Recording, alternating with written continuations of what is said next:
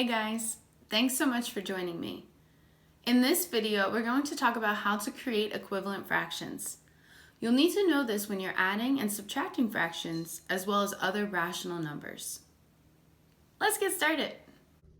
In this video, we're going to talk about how to create equivalent fractions. There are two methods we can use when creating equivalent fractions. The first method is to multiply by 1. Let me show you what I mean. Usually when we are multiplying a fraction by 1, we are trying to change its denominator. Now remember, the number 1 can be written a lot of ways.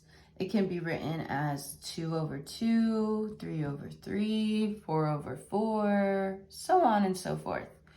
And the reason that this is true is because a fraction line means divide. When you take any number and divide it by itself, you will always be left with the number 1. 3 divided by 3 is 1. 4 divided by 4 is 1.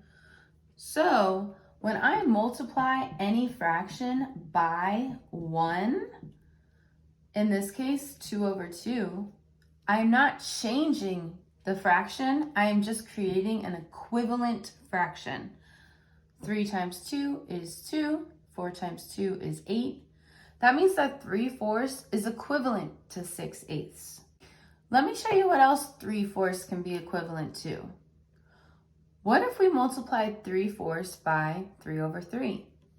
Let's try that. Remember, when you multiply fractions, to multiply straight across the top and straight across the bottom. 3 times 3 is 9. 4 times 3 is 12. That means that 3/4 equals 6/8 and 9/12. And in fact, we could even say that 6/8 and 9/12 are also equivalent because they equal 3/4. Sometimes you'll even need to change whole numbers into fractions so that you can add or manipulate in other ways. Don't let a whole number confuse you. Remember, whenever you divide by 1, you are left with what you originally started with. For that reason, 3 as a whole number is the same as 3 over 1. Remember that fraction line means divide, and 3 divided by 1 equals 3. Now that I have 3 as a fraction over 1, I can manipulate it in any way as long as I multiply it by 1. Let me try again. 5 divided by 5 equals 1. When I multiply by 1, I do not change the number. That means 3 times 5 is 15 and 1 times 5 is 5. I can say 3 is the same as 3 over 1 is the same as 15 over 5, or I can use the fact that a fraction line means divide to take me back to the whole number 3. 15 divided by 5 is 3. Now, a second method you can use to create equivalent fractions is to divide by 1.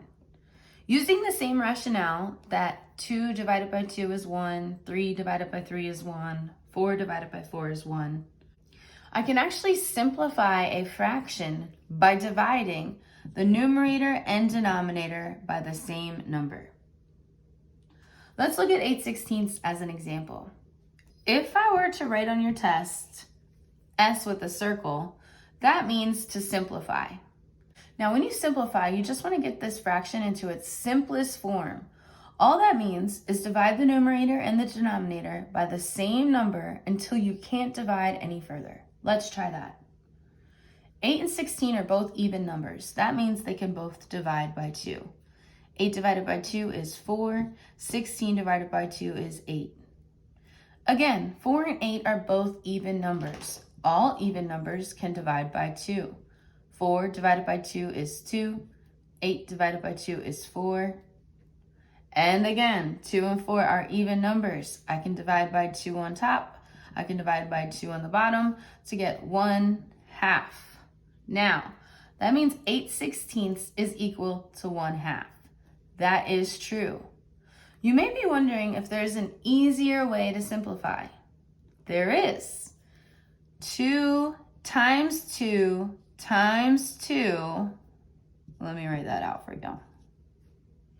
2 times 2 is 4, and 4 times 2 is 8, which means that if I were to divide 8 by 8, I should get 1. Let's go ahead and try that.